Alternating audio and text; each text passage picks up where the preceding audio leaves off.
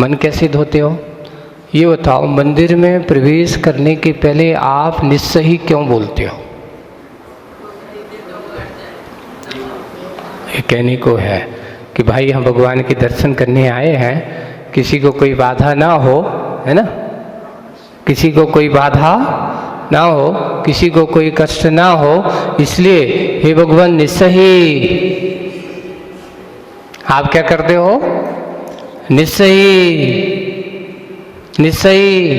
तो ऐसा एक ये व्यवहारिक दृष्टि है। वस्तुतः उसका चिंतन करें तो अब मैं अपने आप को सारे रिश्ते नाते से दूर करता हूँ। मैं एक शुद्ध आत्मा चेतन स्वरूप, ना मेरा बेटा है, ना बेटी है, ना पत्नी है, ना पति है, ना दोस्त है। नहीं तो कई लोग कहते हैं ये हमारी वो बैठेगी, सहेली बैठेगी। वहाँ ये मत सोचो कि कौन बैठ रहा है मेरे आजू बाजू। पहले से आरक्षण मत करो। तुम मेरे साथ बैठ के पूजा नहीं करो। मन को बिल्कुल निर्मल बना करके भगवान के चरणों में जाना चाहिए। बिल्कुल साफ सुथरा, बिल्कुल सीधा सादा। और वहाँ जब अपन बैठे हैं तो वहाँ तो हमें कोई कौन आकर के बैठ गया है, कौन बैठेगा, किससे क्या लेना देना है। मंदिर में तो बिल्कुल मन को अंदर करके जाओ, बाहर मत देखो। मंदिर शब्द की व्याख्या आपको देखो, मंदिर किसे कहते हैं? तो आप क्या कहते हो? जहाँ भगवान बैठते हैं उसका नाम मंदिर है, यही है ना? जहाँ देव का स्थान हो उसका नाम मंदिर है। हम उसकी व्याख्या को अलग तरीके से करते हैं और उसमें ये कहा जहाँ व्यक्ति को अपने मन को अंदर करने की क्रिया की जाए उसका नाम मंदिर है। बाहर से अंदर की यात्रा का मंगलाचरण अगर किया जाता है तो उसका नाम मंदिर पहुंच गए। और मन हमारा बाहर है। बाहर से मन का, अगर हमारा मन बाहर हो और मंदिर में बैठे हैं तो मंदिर में बैठने से क्या फायदा? मन को बिल्कुल अंतरंग की गहराई पर ले जाओ। अंतरंग की चेतना को जगाने का स्थान होता है हमारा मंदिर। अच्छे से अपने आप को पवित्र बनाने का स्थान होता है हमारा मंदिर। लेकिन हम क्या करते हैं? देखा सीखी करते हैं। कौन सी देखा सीखी करते हैं? सामने वाले ने बड़े कलश से अभिषेक किया है तो अपन तो और उससे बड़े से करेंगे। उसने इतने बड़े से किया, हम छोटे से क्यों करें? उसने इतने मिनट तक अभिषेक किया है, हम उससे दूना करेंगे। अरे भगवान का अभिषेक कैसे करना है मालूम है? अपने यहाँ लिखा है, पहले हमारे ये जो मैं यहाँ देख रहा हूँ, कई लोग और कहने वाला था और देख करके कह देना चाहिए, मन में नहीं रखना चाहिए। आप लोग कभी कभार भक्ति तो करते पर भक्ति में विवेक नहीं रखते। हमारी भक्ति कैसे होना चाहिए, हमारे भगवान की आराधना कैसे, कहीं मेरी भक्ति कहीं आसाधना का कारण तो नहीं बन रही है, कहीं हमारी भक्ति से कहीं किसी प्रकार का हमारे ऊपर पाप का आश्रय का निमित्त तो नहीं बन रहा है। हमने क्या किया? भगवान का अभिषेक करते हुए हमारे लिखा है कि कलश जो है, कलश अपने हाथ में लेकर के ये सोचो कि वो कलश छोटा मत समझो कि ये छोटा है, ये बड़ा है। ये हमारा कलश छोटा बड़ा नहीं है। ये कल्पना करो कि ये तो क्षीर सागर का जल है जो आज हम भगवान के मस्तक पर ढाल करके, लेकिन कितना डाल रहा है, कितना गंधोदक। पहले अभिषेक इसलिए करते हैं कि हमें भगवान की चरण रज का गंधोदक मिल जाए। गंधोदक बनाने के लिए अभिषेक करते हैं। आप लोग गंधोदक बनाते हो, कितना होता है? हम लोग अभी 2 दिन पहले की बात है, 2-3 दिन पहले शाम को तुम्हारे माली जी थे, तो मैंने ऐसे ही दर्शन करने जा रहे, उनसे पूछा क्या है? बोले कि महाराज जी गंधोदक 2 कैन भरे हैं अच्छे 15-15 लीटर के। कहाँ जा रहे हो? बोले कि विसर्जन करने, कहाँ? बगीचे में, और इधर है। ये अपने हाथ से करने की क्रिया थी जो, अरे आपने अभिषेक किया है, भगवान का गंधोदक वो पवित्र चीज होती है, उसका विसर्जन कहाँ होना चाहिए, कितना होना चाहिए? एक छोटा सा कलश लेकर के भगवान के मस्तक पर 3 बार ढाला डाल दो, आपका अभिषेक हो गया। लगे हैं हम सपराने, जैसे आप घर लो स्नान घर में लोटा डाल के एक के ऊपर एक, एक के ऊपर एक, एक के ऊपर एक लगे हैं, और अभी चलते जान दो। मैं लोगों से कहता हूँ एक काम करते, ये क्या दिन है, तो भगवान की तरफ तुम्हें बिठा देता हूँ, और फिर सबसे कहते हैं डालो। तुम्हें कैसा लगेगा? तुम्हें कैसा लगेगा?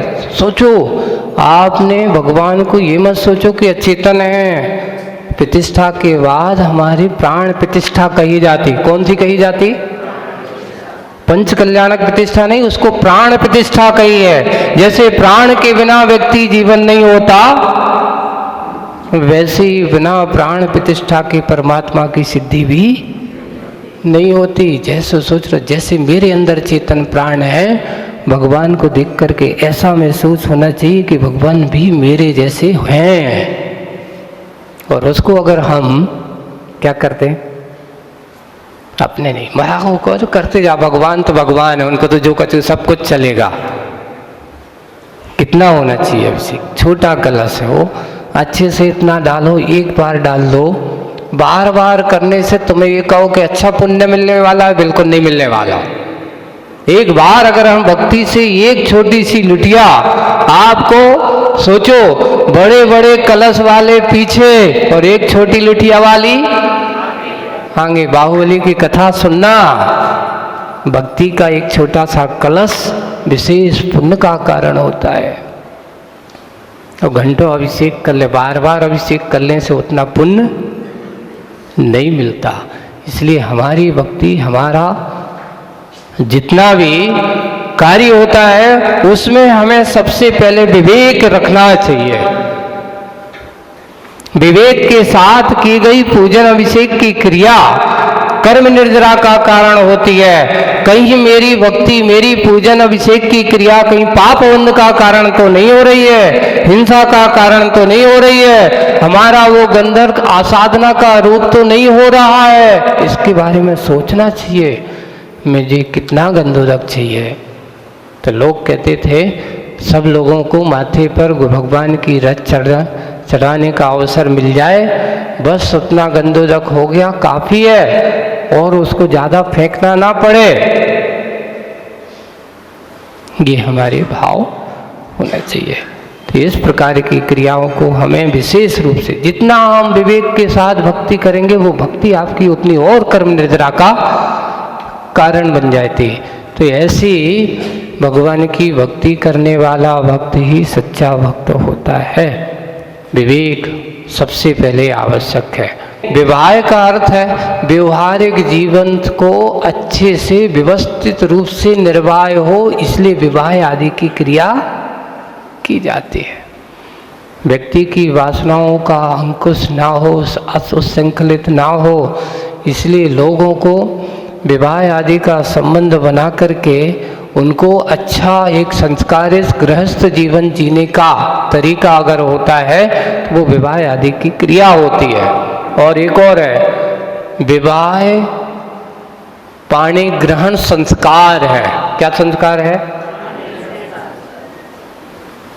ये विषय भोगों की क्रिया नहीं है। लोगों को आज हम क्या कहते हैं, शादी विवाह को किसका ठाट वैभव आलीशान और इतना भोगों का क्रिया बना देते हैं। हमारे आदि पुराण और इन सब में लिखा है विवाह पाणी ग्रहण संस्कार है। जैसे दीक्षा लेते हैं ना मुनि महाराज, छोड़ छाड़ करके उनकी क्या की जाती है, दीक्षा संस्कार होते हैं। वैसे ही विवाह की क्रिया भी भगवान की साक्षी में, किनकी साक्षी में, अरहंत सख्यम ऐसा लिखा हो गया उसमें। उनकी साक्षी में पाणी ग्रहण संस्कार की क्रिया करता है। अब आज हमने उस पाणी ग्रहण को किसकी बन गई? खान पान की क्रिया को बना दिया। जब भी शादी होती है अच्छे अच्छे बड़े बड़े रिसोर्ट होना चाहिए। तुमसे कोई कह देगा कि मंदिर में कार्यक्रम होना है, भगवान की साक्षी में भगवान की शादी होना, क्या बात है, इतने करोड़पति अरबपति होकर के कंजूसी करते हो? आप लोग उनको टंटिंग करना चालू कर देते हैं, उनके ऊपर आँख से, अरे ऐसे कैसे, इतना बड़ा बेटे की एक बार तो शादी होना है। भाई बात सत्य कि शादी एक ही बार होना है, लेकिन इतना है शादी को दीक्षा जर्सी हम लोगों से कहते हैं, देखिए दीक्षा देना एक अंतर्मूर्त का काम होता है। कितने काम होता है? एक अंतर्मूर्त में दीक्षा संस्कार की क्रिया हो जाती है, लेकिन उस दीक्षा संस्कार को पूरा जीवन संकल्पित तो हो करके हमें निर्वाह करना पड़ता है। उसमें कहीं ऐसा ना हो कि हम उस संस्कार को भूल जाएं। अगर संस्कार को, संकल्प को छोड़ करके भागेंगे तो तुम्हारी दीक्षा का जो कल्याण का मार्ग है वो कल्याण का मार्ग होने वाला नहीं है। वैसे ही परिवार में भी यही ध्यान रखना, विवाह संस्कार की क्रिया एक दिन की बात है। पूरे दिन में तुम कहते हैं महाराज एक दिन में हो गया हमारा सब काम, लेकिन एक दिन का काम अगर तुमने अच्छे से किया होगा, एक दूसरे के ऊपर विश्वास के साथ किया होगा, तो आपका पूरा जीवन अच्छे से चल सकता है। और बात सत्य है कि ये क्रिया हमारी पूरे अच्छे एक दूसरे के विश्वास के साथ होना चाहिए, संकल्प के साथ होना चाहिए। एक व्यक्ति संकल्पित नहीं होता, दोनों व्यक्ति संकल्पित होते हैं और दोनों संकल्पित होकर के इस कार्य को आगे बढ़ाते हैं, तब आपका ये गृहस्थ जीवन चलता है। सोचो ऐसे मरु देवी और नाभि राय का विवाह संस्कार उस समय लोगों ने नहीं, इंद्र स्वर्ग का स्वराधिपति ऐसा लिखा हुआ उसके, स्वर्ग असुर लोगों ने, देव लोगों ने आदि आकर के उनका विवाह संस्कार कराया। और विवाह संस्कार हुआ। विवाह संस्कार हो जाने के बाद अयोध्या वो नगरी जहाँ पर बड़े बड़े योद्धा भी कैसे हो जाते थे, साष्टांग हो जाते, जहाँ कोई उसको जीत ना सके, उसका नाम अयोध्या है। दूसरा नाम इसका मिलता है साकेत। अच्छे अच्छे आकेता ग्रहा उस पर लिखा गया, जैसे जहाँ पर अच्छे अच्छे आकेत ग्रही सह वर्तता इति साकेता, अच्छे अच्छे सुंदर सुंदर भवनों से सुशोभित, जिनके ऊपर अच्छी सुंदर सुंदर पताकाएं लहरा रही हैं। और आप लोगों से भी कहना चाहूँगा, अब तुम लोग तो फ्लैट में रहने वाले हो, ज़्यादातर बंगले वाले अलग हैं, सब फ्लैट में फ्लैट है ना, फ्लैट में सब। लेकिन फिर भी उस पर लिखा है जिस घर को बनाओ उस घर पर अगर तुम्हारा अपना बंगला है, सुन रहे हो, है ना, और घर हो, घर पर अपनी जिसकी तुम आराध्य हो, जिस धर्म को तुम मानने वाले हो, उस धर्म की पताका जरूर शोभायमान होना चाहिए। यहाँ उस पर लिखा है, अयोध्या का वर्णन करते इतिहास में लिखा कि ऐसे ऐसे सुंदर सुंदर मकान साकेतपुरी है, जहाँ अच्छे अच्छे सुंदर भवन हैं, उन भवन के ऊपर अच्छे उस अपने धर्म की पताका फहरा रही है। और ऐसी धर्म पताकाओं से सुशोभित वो नगर है, इसलिए उसका नाम क्या मिला? अयोध्या का दूसरा नाम साकेत नगरी भी है ना, अच्छे नोट करो। और उसको कहा एक और अच्छे अच्छे मकान सुशोभित, फिर कहा सुकोल कौशल देश में था। वो कौन से देश में अयोध्या थी? सुकौशल देश, देश का नाम अयोध्या तो एक नगरी हो गई, लेकिन उस देश का नाम क्या था? सुकौशल। इसलिए उसको कहा सुकौशलाहा, सुकौशल देश में थी, इसलिए अयोध्या का दूसरा नाम सुकौशला भी मिलता है। और चौथा नाम एक और मिला।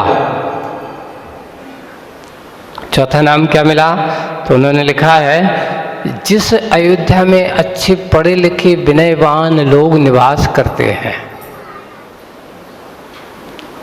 बड़े बड़े विद्वान हैं, अच्छे अच्छे वेद पाठी हैं, शास्त्रज्ञ हैं। आज भी लोग अयोध्या का नाम लेते ही समझ, अरे भैया बड़े बड़े पंडितों और विद्वानों की नगरी का नाम अयोध्या है, ऐसा। तो उन्होंने इसका दूसरा, बड़े अच्छे विनयवान हैं, साम्य मनुष्यों से जो व्याप्त है, इसलिए इसका दूसरा नाम विनीता। अयोध्या का चौथा नाम क्या है? पहला नाम अयोध्या, दूसरा नाम, तीसरा नाम कौशला, यानी कौशल देश में है इसलिए उस नाम कौशल्या, और चौथा नाम विनीता।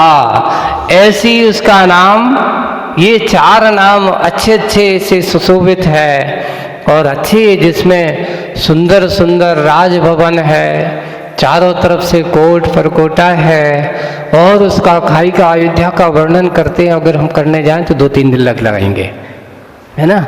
इसलिए इतना ही बहुत है कि ऐसी अयोध्या में नाभि राय और मरु देवी का विवाह संपन्न हो जाने के बाद अब आता है धीरे धीरे चलता चलता उनका विवाह हो जाने के बाद अब तृतीय काल का समय नजदीक आ रहा है। कितना समय शेष रह गया? तो उन्होंने लिखा है 84 लाख वर्ष। कितना? 84 लाख पूर्व 3 वर्ष 8 माह 1 पक्ष बाकी रह गया। कितना रह गया? 84 लाख पूर्व लेना, हाँ ये अभी पूर्व लेना है। 84 लाख पूर्व और 3 वर्ष 8 माह 1 पक्ष बाकी रहा। और उस समय क्या हुआ, आगे की कथा बताऊंगा आगे। इतना ही आगे की कथा का अपन विषय, भोग भूमि का काल और आगे क्या होने वाला है उसको समझेंगे बाद में। आज बस इतना ही। बोलिए परम पूज्य आचार्य गुरुवर श्री विद्यासागर जी महाराज जी।